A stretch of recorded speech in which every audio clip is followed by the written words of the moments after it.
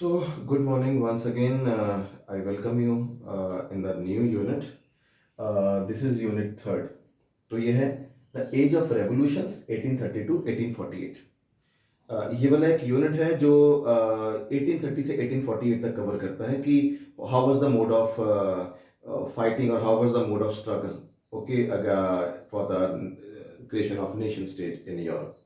So this is the topic the age of revolution 1830 to 1848. इस topic की खास बात क्या है? खास बात है ये line. Okay, this is when France sneezes the rest of Europe catches cold. This was said bye Duke Metternich, जो ऑस्ट्रिया के चांसलर थे. इन्होंने कहा कि जब किसी बात की शुरुआत फ्रांस में हो जाती है, बी श्योर बाकी सारा यूरोप उसी को कॉपी करेगा. ओके, अगर हम बात करें 1789 के फ्रेंच रेवोल्यूशन की, तो उसके बाद भी सबने उसी पैटर्न पे यूरोप भर में कोशिश की कि हम नेशन स्टेट बना पाए. It all started. Okay, so these people were sure जो फ्रांस है, तो हम कह सकते हैं France was a kind of a trend setter, कि फ्रांस जिस चीज़ की शुरुआत कर देता था, बाकी के यूरोप के लोग जो हैं वो उसको कॉपी करते थे. तो इन लोगों को इस बात से बड़ी फिक्र थी, because Metternich belong to that category जो कंजर्वेटिव्स हैं, जो पुराने सिस्टम को वापस चाहते थे. तो मेटरनिक वाज वन ऑफ दोस्त, तो he wanted that kind of system. तो इन लोगों को इस बात से बहुत तकलीफ थी कि जब भी फ्रांस कुछ ऐसा कर देता है, यूरोप भर में वो चीज़ फैल जाती है. Okay, just like catches cold का मतलब वही होता है ना, जैसे किसी को जुकाम हुआ हो तो फैल जाता है ना. तो उसी तरह इन लोगों ने कहा कि जब फ्रांस में शुरुआत हो गई ना किसी चीज़ की, तो be sure it will spread to rest of Europe. तो इनका फोकस फ्रांस बहुत ज़्यादा होता था. इस बात को जस्टिफाई करने के लिए आप ही के बुक में 3 पॉइंट्स है, तो बड़ा अच्छा क्वेश्चन बन जाएगा 3 मार्क्स का जब ये क्वेश्चन डाला जाएगा, इसको एक्सप्लेन करने की बात की जाएगी. उसमें सबसे पहले तो we start with the July 1830 revolution in France. Okay, अगर हम टाइमलाइन को ट्रेस करें तो वी विल फाइंड कि 1789 में फ्रेंच रेवोल्यूशन हुआ फॉर द फर्स्ट टाइम, और उसके बाद 1804 में नेपोलियन ने टेक ओवर कर लिया. 1815 में नेपोलियन को बैटल ऑफ वाटरलू में डिफीट करके जो कंजर्वेटिव्स हैं उन लोगों ने फिर से पावर में वापस आ गए, जिसी के अंतर्गत बॉर्बन किंग्स वापस आ गए फ्रांस में, जिनको हटा दिया गया था. एंड 1830 में एक और रेवोल्यूशन हो जाता है इन फ्रांस. एंड अब मेटरनिक कहते हैं कि ये हो गया ना, नाउ बी श्योर कि सारे यूरोप भर में यही होने वाला है. और इस रेवोल्यूशन के चलते फ्रांस में कॉन्स्टिट्यूशनल मोनार्की को लेकर आए. किंग तो होगा, मोनार्की होगी, लेकिन monarchy will be guided by a constitution. King अपनी मर्जी नहीं कर सकता, he will be acting only according to the constitution of France. तो ये था 1830 का रेवोल्यूशन. इससे जुड़ी हुई बात क्या हो गई कि बेल्जियम इंस्पिरेशन लेकर इससे they broke away from Netherlands. ठीक है, जो बेल्जियम को ट्रीटी ऑफ वियना में साथ में जोड़ा हुआ था नेदरलैंड्स के, वो टूटकर अलग हो गया. और तीसरी बात हुई, ग्रीस बिकेम इंडिपेंडेंट. ग्रीस एक कंट्री थी जिस वॉज ग्रीस, और उसकी ऐसी बहुत सारी कंट्रीज थी. अगर आपको बल्कन वाली हमने बात की है, ग्रीस एक कंट्री थी, कंट्री नहीं कहेंगे, अपार्ट था.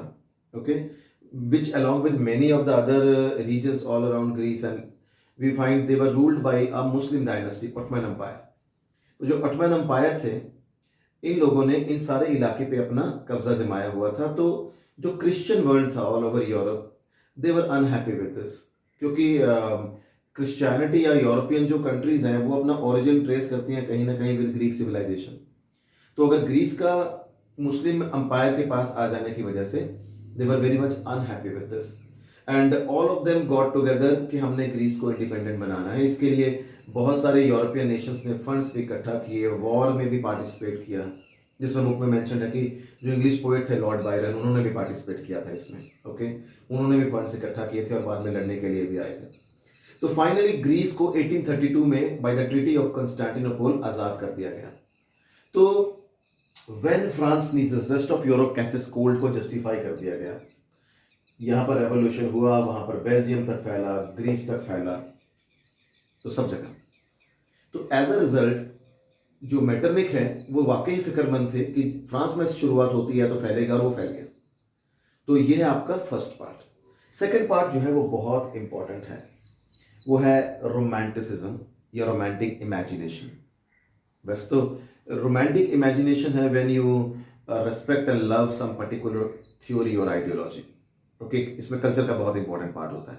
जहाँ पर हम कल्चर और उससे जुड़ी हुई बातों के मदद से हम चीज़ों को करने की कोशिश करते हैं।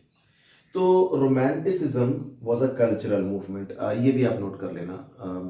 बोर्ड के क्वेश्चंस में एमसीक्यू में आया था रोमांटिसिज्म का नाम लिखकर, and they gave options which kind of movement, okay, national movements, cultural movement, political movement, things like this. So it was a cultural movement. The romanticism was a cultural movement. तो लिखा गया है कि nation state बनाने में सिर्फ Wars ही काफ़ी नहीं थे, culture played a important part, जिसमें art, poetry, music, folk songs, सबका उतना ही कंट्रीब्यूशन है। देखो, आप किसी भी पॉलिटिकल यूनिट जिसको आप नेशन कहते हैं वो बना लोगे, आपने लड़ाइयाँ लड़ ली, आपको पता लग गया 4 अलग अलग किंगडम्स में इस भाषा को बोलने वाले लोग हैं, आपने उनको डिफीट कर दिया वॉर में, वो एक पार्ट हो गया। अब वो जो चारों इलाकों से लोगों को आपने एक बनाने की कोशिश आपने करनी है, तो वॉर तो वहीं पर खत्म हो गया, वॉर का कंट्रीब्यूशन वहीं खत्म हो गया, लेकिन आगे इनको जोड़े कैसे? इनको आगे जोड़ने के लिए कल्चर ज्यादा बड़ा रोल प्ले करता है, वॉर आगे नहीं हेल्प करता।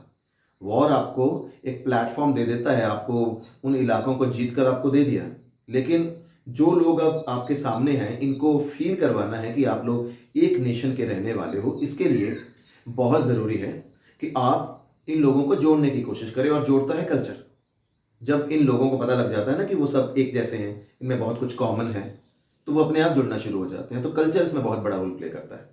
तो आगे की जो गेम थी वो कल्चर ने खेलनी थी, एंड जो कल्चर को सपोर्ट करने वाले या रोमांटिक पोएट्स थे, उन लोगों के लिए, जो रोमांटिसिस्ट हम कह लो, उनके लिए साइंस एंड रीजन इतना इंपॉर्टेंट नहीं था। साइंस एंड रीजन इसकी जगह उनके लिए बहुत ज़्यादा इमोशंस इंपॉर्टेंट थे, intuitions, mystical feelings. Okay, more focus on emotions, intuitions and mystical feelings. भावनाओं से जुड़े हुए लोग थे, लॉजिक और रीजन की बात नहीं करते। मैं आपको एक एग्जांपल देता हूं, आपको समझ में आ जाएगा। जैसे हम कहते हैं ना, साइंटिफिकली और मैथमेटिकली 1+1 वो होते हैं 2। ओके, 1 और 1 वो हो जाते हैं। ये हो गया first part, reason, logic and all. इन लोगों के लिए, जो रोमांटिक पोएट्स हैं, they more focus on intuition and emotions and mystical feelings. इनके लिए है 1 और 1 11। ये हम हिंदी में भी बोलते हैं 1 और 1 11।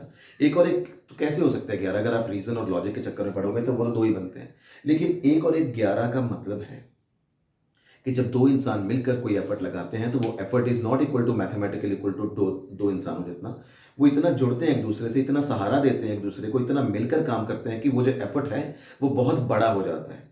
वो 11 की जगह 12 भी हो सकता है, वो 10 भी हो सकता है, लेकिन वो बहुत बड़ा एफर्ट होता है, और उसको भी इस भाषा में बोला जाता है 1 और 1 11। जबकि मैथमेटिकली वो ट्रू नहीं है, लेकिन जो रोमांटिक पीपल थे, रोमांटिक पोएट्स थे, इनका मोर फोकस था इन चीज़ों पे, ये इन चीज़ों पे ज़्यादा विश्वास रखते थे। एंड एज अ रिजल्ट इनको था कि आर्ट, पोइट्री, म्यूजिक ये ज़्यादा सक्सेसफुल होगा नेशन स्टेट बनाने में।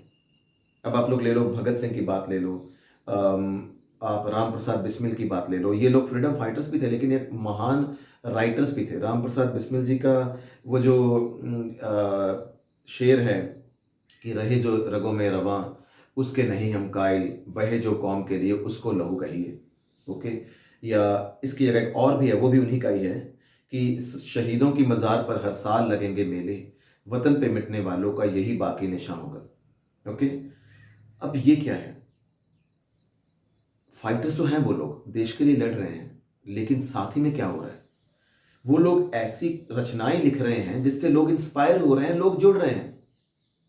तो सिर्फ मैंने गन उठाई, एक अंग्रेज को मार दिया, मैं शहीद हो गया, इससे इंस्पायर तो लोग होते होंगे लेकिन टेम्परेरीली, लेकिन जो मैंने लिख दिया और वो आने वाले कई साल तक लोग पढ़ते हैं और उससे इंस्पिरेशन लेते हैं, उसका रोल और बड़ा हो जाता है। तो कल्चर अपना पार्ट प्ले करता है, लोगों को जोड़ा जा सकता है with the help of culture. और ये उस वक्त यूरोपियंस ने इस पे बहुत रिलाय किया कि जो कल्चर है वो बहुत स्ट्रांगली लोगों को बाइंड करता है। तो जो एक बार तो अब वॉर से आप लिबरेट हो गए, लेकिन जो लोगों को बांध कर रखना है एक नेशन में, वो रोल जो है वो कल्चर का है, और वो कल्चर ही प्ले करता है।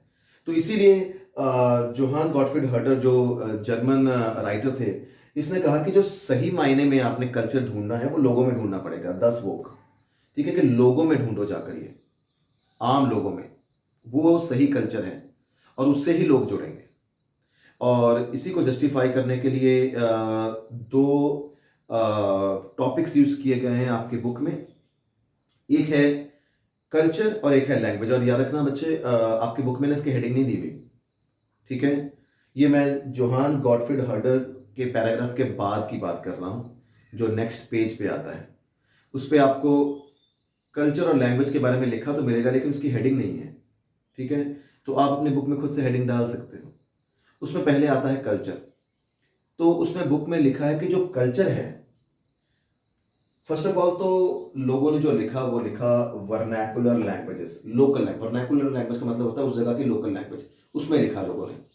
और लोगों ने लिखा कि उस वक्त लिखा गया कि इसका मेन मकसद ये नहीं था कि लोगों को इस बात से इंट्रोड्यूस करवाना था कि तुम्हारा जो पुराना एंशियंट कल्चर है वो कितना महान है, वो तो हो गया ना, इसके साथ हो गया। लेकिन एक और बड़ा इंपॉर्टेंट काम था, वो था नेशनलिस्ट मैसेज स्प्रेड करना, नेशन का मैसेज।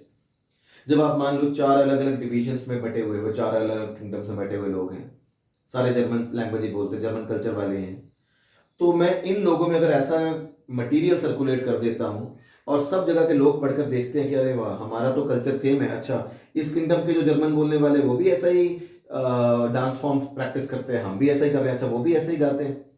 इससे एक यूनिटी की भावना फैलती है, कॉमननेस स्प्रेड होती है।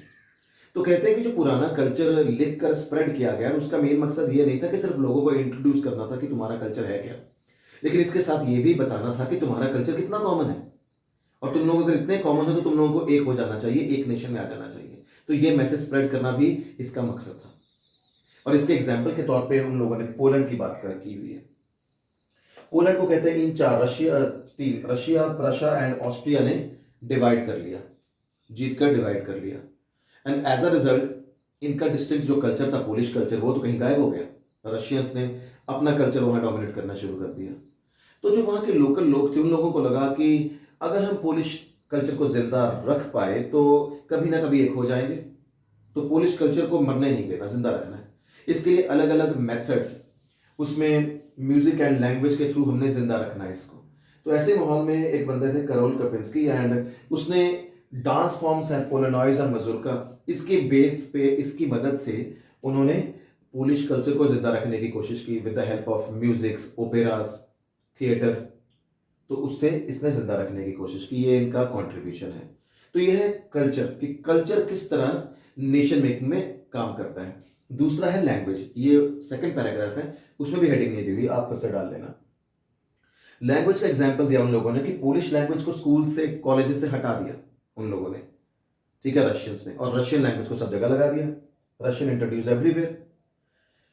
पोलिश लोगों को लगा इस तरह तो खत्म हो जाएगी लैंग्वेज और लोग आने वाले जो है पोलिश लैंग्वेज बोलेंगे ही नहीं। तो हम पोलैंड को एक देखना चाहते हैं, एक दिन वो कैसे देखेंगे जब पोलिश लैंग्वेज ही नहीं लोग बोलेंगे, वो भूल ही जाएंगे। तो उन्होंने कहा कि हमें इसको जिंदा रखना है।